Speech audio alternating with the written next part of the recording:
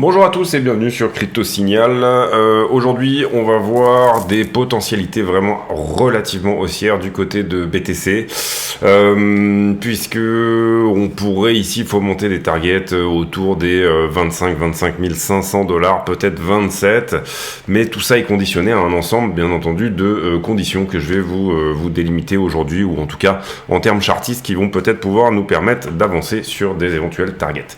On est là sur toujours la charte du BTC face au dollar en time frame 4 heures. Si le contenu vous plaît, n'hésitez pas à vous abonner, activer la cloche de notification, venir nous rejoindre sur le Discord comme d'habitude et éventuellement, bien entendu, mettre un like, un commentaire d'encouragement. Alors, pourquoi potentiellement aller autour des 25 000 $? Déjà, il semblerait, bon, maintenant qu'on a pris ce point-là, bon, ça deviendrait une target logique que d'essayer de venir prendre le point suivant. Ça, c'est plus ou moins, on va dire, de la logique. En tendance haussière, pour le moment, le gros point qui a une énorme target sur le dos, eh bien évidemment, ça va être celui-ci. Donc, ce point-là est un point à taper, en l'occurrence, et peut-être à atteindre.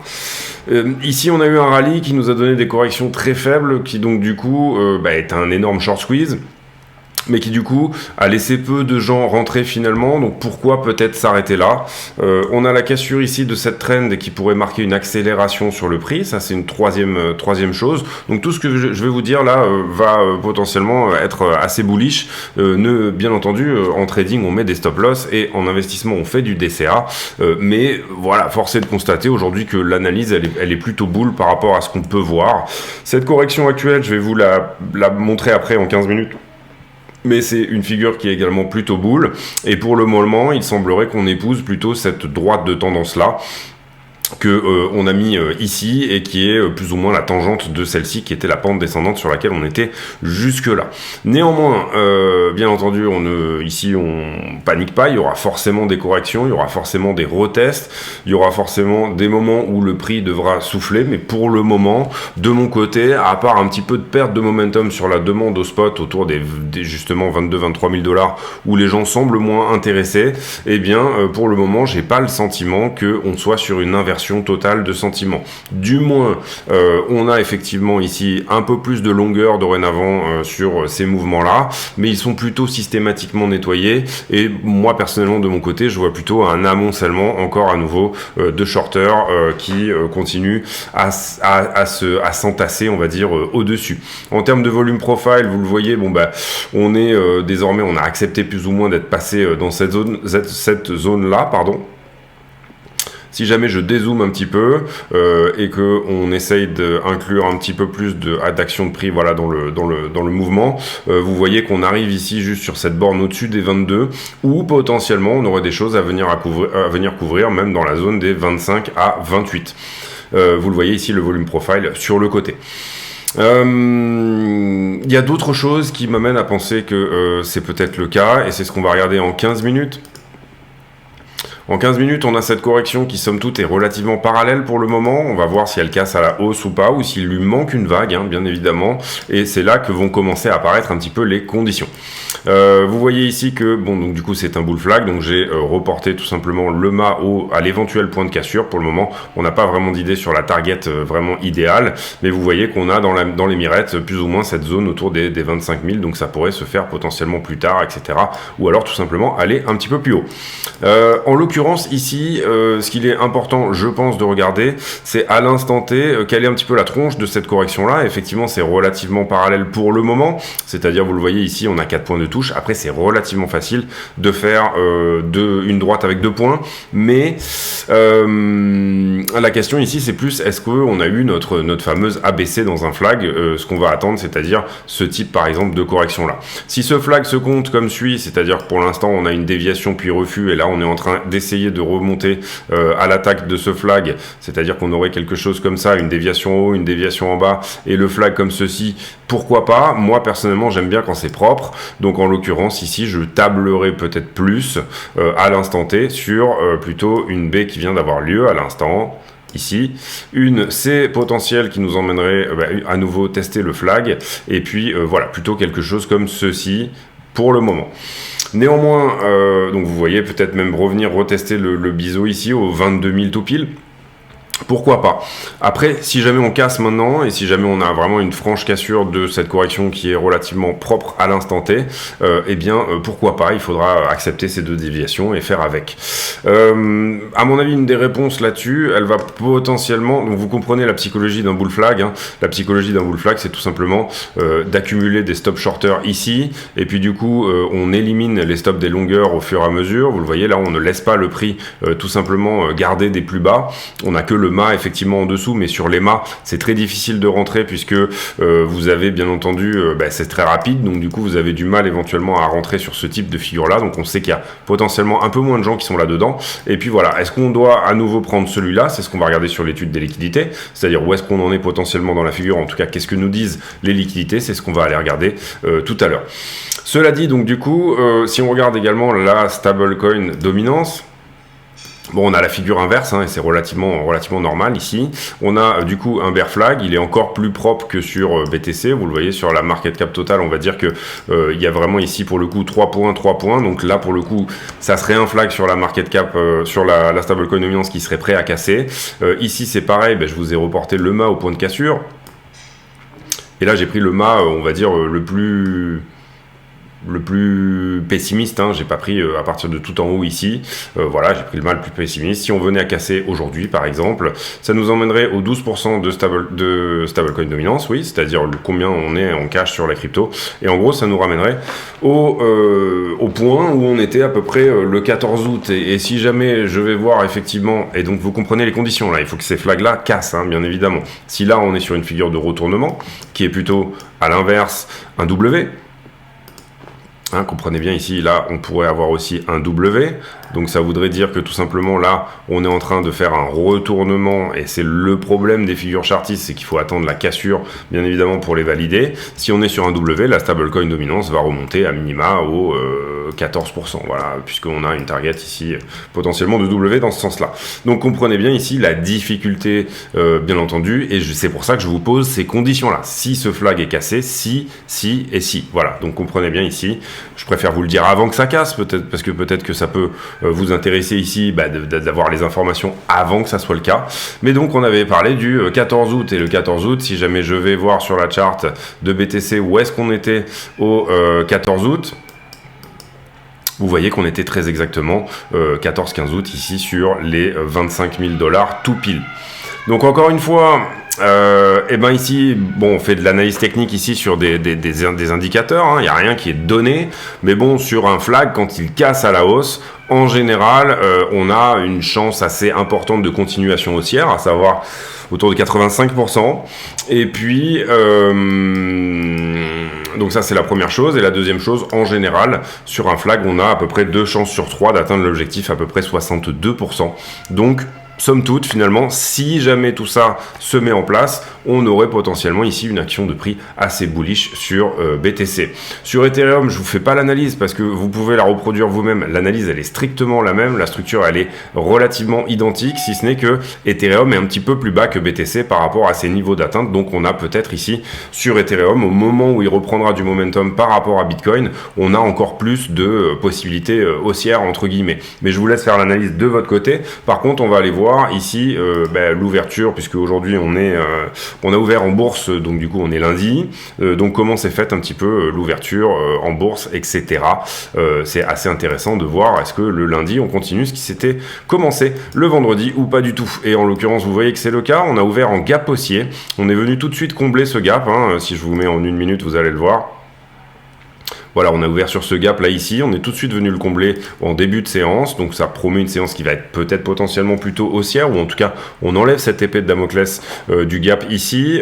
Ici pareil, celui-ci a été comblé, et en l'occurrence je pense qu'aujourd'hui il se pourrait qu'on pète la diagonale, encore une fois là, c'est un peu de l'opium, hein, mais c'est mon avis, il y a peut-être des chances qu'aujourd'hui sur le S&P on vienne enfin casser cette vilaine diagonale ici de l'élargissement qui nous a pas mal plombé depuis tout ce bear market sur le marché action. C'est une possibilité, ça serait la 3e fois qu'on l'attaque depuis qu'on est dans cette ABC, vous le voyez. Pour moi, on est toujours sur un bear market rally, on n'est pas encore ici en train de dire que le S&P va faire des nouveaux plus hauts, mais en tout cas, je pense ici que ça pourrait donner éventuellement l'éventuel coup de boost à Bitcoin pour peut-être passer au-dessus. Je ne sais pas encore si ça va se passer aujourd'hui ou quoi. Pour moi, si quelque chose doit se faire, eh bien à mon avis, ça doit se faire aujourd'hui ou demain parce qu'on a des informations qui vont sortir sur le PIB mercredi, on a des informations sur l'inflation un peu plus tard, etc. Donc ça va promettre ici de la volatilité qui ne sera pas forcément haussière. Donc si jamais ça doit se faire rapidement et ça doit se faire peut-être, encore une fois, aujourd'hui ou demain ou sur les 2 jours. Je dis pas que ça va se faire, je dis que c'est peut-être dans les tuyaux. Ici, pour moi, le point à passer pour éventuellement valider toute cette histoire-là, vous voyez que là, on est à nouveau revenu au contact du flag depuis que j'ai commencé la vidéo. C'est pas juste une cassure du flag, c'est simplement qu'on ait effectivement cette confirmation que la figure, elle est, en gros, finalement, qu'on redépasse. J'ai pour moi 2 résistances à passer. J'ai la résistance actuelle, on aura peut-être un rejet ici à ce stade. Vous voyez que là, je suis en 1 heure, donc c'est une résistance 1 heure. J'ai cette résistance-là. J'ai éventuellement un support, si vous voulez placer vos stop loss éventuellement sur un type de trade dans ces eaux-là qui est en milieu de figure, qui est à peu près par ici.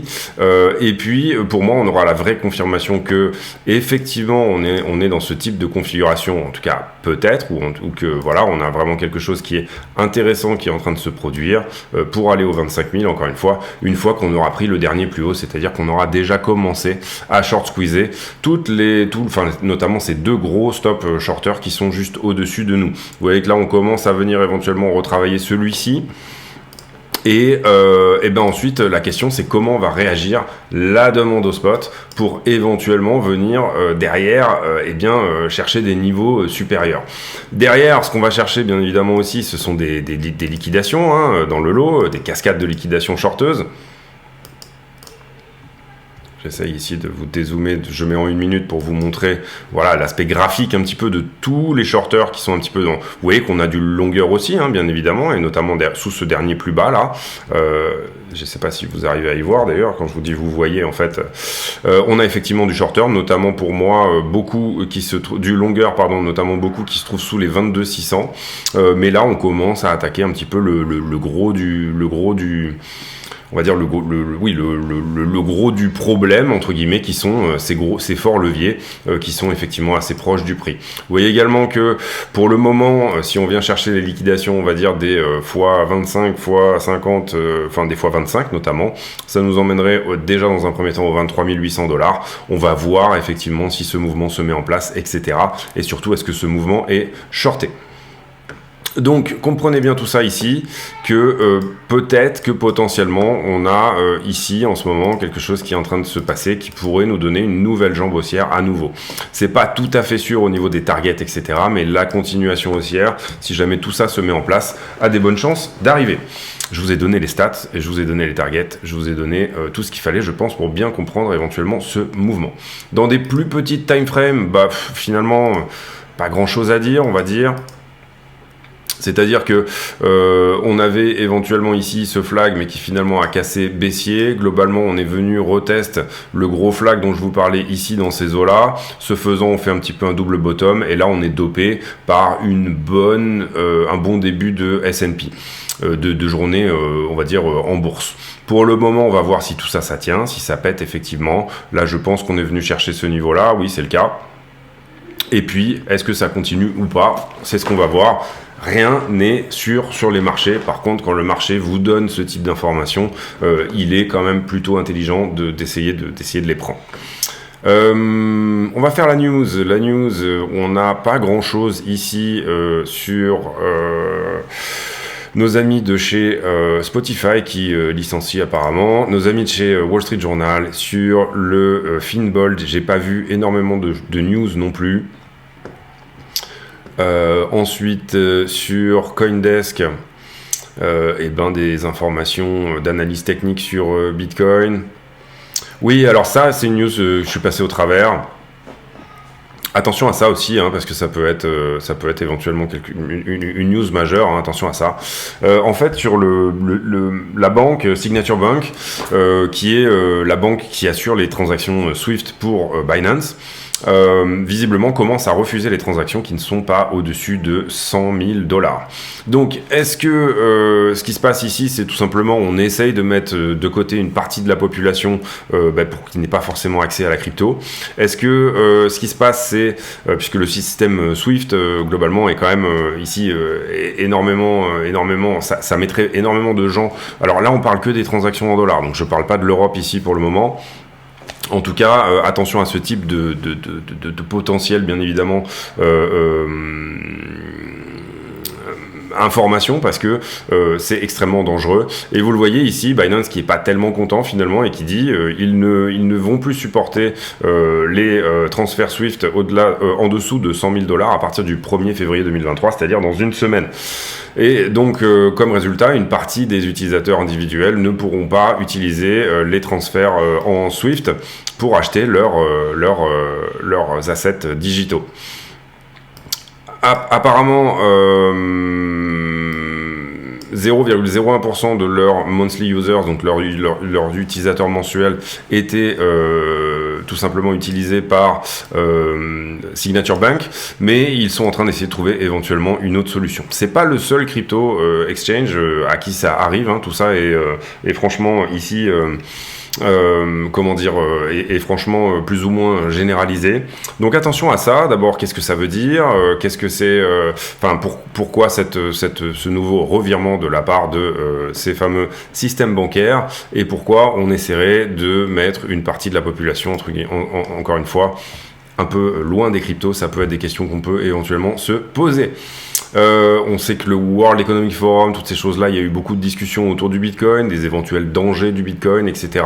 Le système bancaire un peu à l'ancienne qui pourrait éventuellement ici marquer un frein et résister, se mettre en coalition ensemble pour éventuellement résister au fait que l'adoption crypto ne se fasse. Ici, apparemment, Vitalik qui fait une proposition pour augmenter l'aspect intime, on va dire, et privé d'Ethereum. Donc ça, c'est une très bonne chose. Vitalik toujours souvent en avance, puisque, bien évidemment, il va falloir à un moment donné que toutes les chaînes qui sont, entre guillemets, pseudonymes deviennent réellement anonymes, mais avec peut-être des moyens de vérification, mais cependant que le commun des mortels n'ait pas nécessairement la possibilité de lier l'adresse de quelqu'un à tout simplement son portefeuille, parce que tout ça est très dangereux, bien évidemment. Ensuite, rien sur CNBC.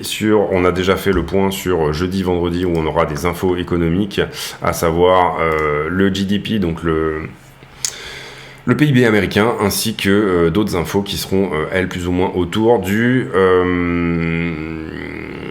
l'inflation avec le PCE. Demain on aura les earnings de Microsoft. Pas mal d'autres grosses boîtes un peu tech. On n'est pas encore dans le cœur des earnings au niveau de la tech.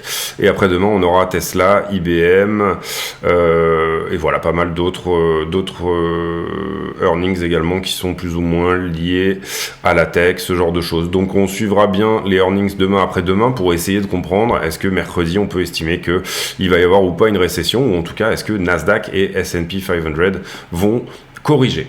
On va faire désormais les liquidations. Combien on a liquidé hier? On a liquidé 135 millions de $, donc une journée plutôt normale plus. En ce moment, c'est à peu près le tarif, 100 millions. Et puis 36 millions sur Bitcoin et 28 millions sur Ethereum. Ensuite, sur les points de liquidation, et vous voyez là actuellement BTC qui est en train de corriger assez fort, donc on va voir si on se retourne du côté du S&P, c'est ce qu'on va regarder éventuellement. Et puis on aura ici ce point qui a été pris pour moi par le point précédent, celui-ci également. Est-ce qu'on a été plutôt longué ou shorté sur le dernier mouvement? Vous voyez ici qu'on clôture du long en montant comme ceci. Mais on a une augmentation du nombre de contrats. Cela se fait avec une augmentation, ce qui est normal, du funding. On va voir ici si jamais déjà les niveaux actuels tiennent. Mais pour moi, on est très légèrement shorté sur ce point-là. Et ici, on peut éventuellement voir que Sur toute cette zone-là, on a une accumulation de funding également. Donc on va attendre que la bougie se termine là pour voir à quel point on est longué, ou alors on va tout simplement juste en mettre une là. Mais effectivement, on a une augmentation quand même ici du funding sur ces zones-là. Je mets en pause une petite seconde, excusez-moi. Hop, excusez-moi. Donc du coup, voilà, pour moi, on est short et long sur les deux points là. Je dirais qu'on est quand même un petit peu plus long sur celui-là, donc on a des chances ici de perdre ce plus bas et éventuellement revenir jouer là. Qu'est-ce que ça voudrait dire au niveau de la figure? C'est ce que je vous disais tout à l'heure. Là, vous voyez que Bitcoin a corrigé avant le S&P. Et ce que je vous disais tout à l'heure sur la figure éventuelle, et du coup, je vais vous présenter ici deux scénarios possibles, et ben du coup ça voudrait dire qu'on fait tout simplement le premier flag que je vous ai montré, c'est-à-dire potentiellement la version on va dire la plus propre. Il n'est pas sûr qu'on fasse un flag, hein, encore une fois, ici 1, 2, 3, on pourra dire qu'on a fait un flag quand on a recassé là, ici, voire retesté et qu'on est reparti au-dessus. Cependant, eh bien, il va falloir voir ici, vous voyez qu'on a un support ici à l'instant T, il faudrait qu'il pète vers le bas de manière à faire éventuellement 7C. Donc ça, c'est la première chose. Si on casse, on devrait casser plus bas ici. Et la chose également que je voulais vous montrer, c'est que bien évidemment, le problème de ces bull flags, entre guillemets, c'est que bien évidemment, ça a également une structure, et c'est là qu'est le risque de double top, un M-top. Ici, si on casse la ligne de coup, vous comprenez qu'on vient casser ce plus bas là, donc on casse effectivement un M-top, le deuxième top qui est plus bas que le précédent, etc. C'est pour ça que ce type de figure chartiste n'est pas extrêmement intéressant si vous désirez intervenir en bas de flag, sauf à pratiquer un risk management extrêmement serré à ce stade-là. Donc ça c'est bien compris, c'est-à-dire que généralement on essaye plutôt de choper une cassure, d'accord, pour que la figure tout simplement ait à minima l'air validé. Là vous voyez qu'on est peut-être dans quelque chose de plus grand. Pour le moment on ne peut pas invalider totalement cette idée qu'on est peut-être effectivement en train de reconstruire un bull flag à la suite d'un autre bull flag effectivement. Il peut tout à fait encore une fois nous donner un double top et du coup dévisser vers le bas, c'est pour ça qu'on met des stop loss. Donc, les liquidités, ici on continue, et du coup vous voyez qu'on a ici à la fois montré comment on réévalue éventuellement une figure chartiste, est-ce qu'on l'invalide totalement ou pas, est-ce qu'elle peut bouger, quelles sont éventuellement ses chances de casser, etc., toutes ces choses-là. Donc bien évidemment ici vous comprenez l'idée. Ensuite, ici, on a plus de longueur que de shorteur sur BTC depuis les 5 derniers jours. Ici, à hauteur de 9 milliards. Donc ça irait pas vraiment dans le sens de ce que je dis. On va en liquider un petit peu sur la route, là, si jamais, effectivement, on vient faire ce fameux plus bas qui serait autour des 22 000 $. C'est-à-dire qu'on corrigerait globalement une bonne partie de tout ce qui est ici, si jamais on va dans le sens de ce que je vous dis, et une partie également de ce qui est par là. Mais vous comprenez qu'on ne viendrait pas chercher toute la valeur. Le principal de la valeur ici se trouve aux 21 000. Donc c'est tout à fait possible qu'on soit dans autre chose, encore une fois. Et sur Ethereum, on commence à avoir un réveil des shorters ici, donc ça c'est intéressant. Par contre, j'ai effectivement du long en face également. Et donc du coup, si on devait chercher en bas, on irait plutôt vers la zone de densité qui est là, c'est-à-dire les 1560. Si on devait taper en haut, on irait plutôt autour des 1700 $. Voilà. En termes de target, je pense que les targets d'Ethereum, elles se trouvent à peu près autour des 2000 $, quelque chose comme ça, 1960. On va aller regarder quand même, histoire de faire un point là-dessus. Sur la heatmap 12 heures, est-ce qu'on a été plus shorté ou longué hier soir, enfin depuis hier soir? Visiblement, vous voyez que c'est à peu près kiff-kiff. Sur la bougie là qu'on vient de faire, qui a eu lieu, donc là il y a quelques temps, je crois qu'on en a refait une depuis. Non, c'est ça. Et ben vous voyez qu'on a nettoyé un petit peu dans les deux sens, la zone de valeur d'abord en haut, et puis ensuite on vient nettoyer en bas. On a peut-être encore quelque chose, encore une fois, à venir nettoyer en bas dans le jaune, autour des 22 000 $. Et puis là, vous voyez éventuellement la target des 25. On pourrait ici, bien évidemment, avoir une target des 20. Sur les 12 heures, c'est plutôt équilibré, on va dire, sur qu'est-ce qu'on a nettoyé et qu'est-ce qu'on vient chercher dans l'autre sens. Sur le 7 heures, sur le 7 jours, on a encore cette valeur en haut qu'on n'a pas forcément pris autour des 23,8. Pas grand chose pour aller justement à cette fameuse target des 25, peut-être 25,5. Pas grand chose au-dessus. Peut-être Pas mal de valeurs également autour des 20 000 et globalement c'est plutôt équilibré de ce côté-là entre les deux. On va pas faire là un mois parce que pour moi elle n'a pas énormément de pertinence. J'en profite ici pour vous dire et de faire la petite page de pub qu'on est partenaire de Bybit et également de BitGet, donc n'hésitez pas ici, moins 15% sur tous vos frais de trading, donc n'hésitez pas à passer par le lien de la chaîne pour éventuellement aller vous inscrire. Il va y avoir des campagnes, des choses comme ça qui vont venir. Je suis déjà sur des giveaways, $200 pour les 20 premiers inscrits sur Bybit et BitGet compris, ceux qui ont rempli et qui ont envoyé leur UID dans le Discord, dans la section affiliée. J'ai créé une section affiliée sur le Discord qui je pense va se transformer vraiment ici en un peu SAV, école, ce genre de choses. Enfin voilà, il y aura à mon avis pas mal de contenu dans cette section une fois qu'on sera suffisamment nombreux pour que ça soit intéressant de l'animer. Et puis on va revenir sur le prix ici et faire une conclusion. Donc encore une fois ici, figure chartiste potentielle, elle n'est pas cassée, il faut bien le comprendre. Si jamais effectivement on retrouve un rebond à peu près sur la parallèle ici et une C qui effectivement trouve à peu près les 22 000, 22 200$, quelque chose comme ça, on va regarder sur les perps à peu près ce que ça pourrait nous donner. Globalement, ça nous donnerait quelque chose comme 22 180$, quelque chose comme ça. Donc, si jamais effectivement là, on fait bien on dévisse bien sur ce niveau-là, ça peut être effectivement intéressant éventuellement ici de rentrer au retest, c'est-à-dire on attend une cassure de cette figure plus un retest et là effectivement on peut éventuellement avoir quelque chose qui se met en place de relativement intéressant. Si jamais on a un M-top qui se met en place, c'est-à-dire qu'on va ici bien jouer bien entendu les deux scénarios, c'est-à-dire que à ce moment-là, quand on vient faire ici, là on a la ligne de coup du M-top, quand on vient ici faire, on n'arrive pas à repasser, on reteste et là on se fait rejeter et on dévisse en dehors du flag, à ce moment-là c'est un M-top et du coup on aura une target baissière, à contrario, qui va être au point de cassure, quelque chose comme 21 214$ sur ce fameux M-top. Donc du coup, suivez bien tout ça, je pense que ça peut être intéressant vraiment ici d'avoir un œil là-dessus, en tout cas sur la journée. Est-ce qu'on va partir plutôt à 21 ou est-ce qu'on va partir plutôt à 25 ? C'est vraiment ici le prix qui va nous répondre et encore une fois, le marché fera un petit peu ce qu'il veut. Par contre, il nous met des informations sur la table et ça peut être relativement intéressant de suivre ce qu'il nous dit. On va refaire un point ici sur le 5 minutes. Là, vous voyez que le prix descend, il trouve un bottom, il nous ressort un petit flag également. Donc là, il est en train d'atteindre la target de ce petit flag-là. C'est-à-dire que ici, on aurait potentiellement ce point-là vers une cassure, nouvelle target ici au 22,8 à l'instant T. Donc un petit mouvement de 100$. Ce qu'on peut voir éventuellement assez souvent, c'est que si jamais on devait faire la fameuse C et aller chercher en bas de correction, assez souvent on vient justement dans cette zone autour des entre 0,618 et 0,786 de Fibonacci. C'est-à-dire que si on voit un retournement dans cette zone-là, ça irait plutôt dans le sens d'une correction supplémentaire, vous comprenez, là ici, en fait on se retournerait et on viendrait bien évidemment chercher éventuellement la target suivante.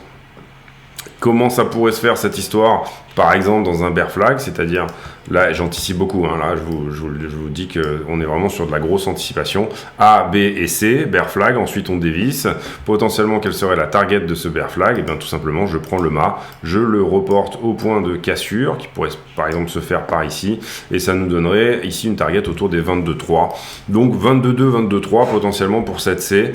Pour le moment, moi ce que je fais en général, c'est que j'ai tendance à prendre la parallèle parfaite de ce qui s'est passé en haut, c'est-à-dire la parallèle de 0 et B, et à essayer de réfléchir à ce que le C puisse éventuellement revenir retoucher la parallèle parfaite. Et puis si on voit que c'est effectivement ce qui se passe à quelques dollars près, là on peut se dire ah tiens, il va falloir que je surveille s'il y a cassure, retest, etc.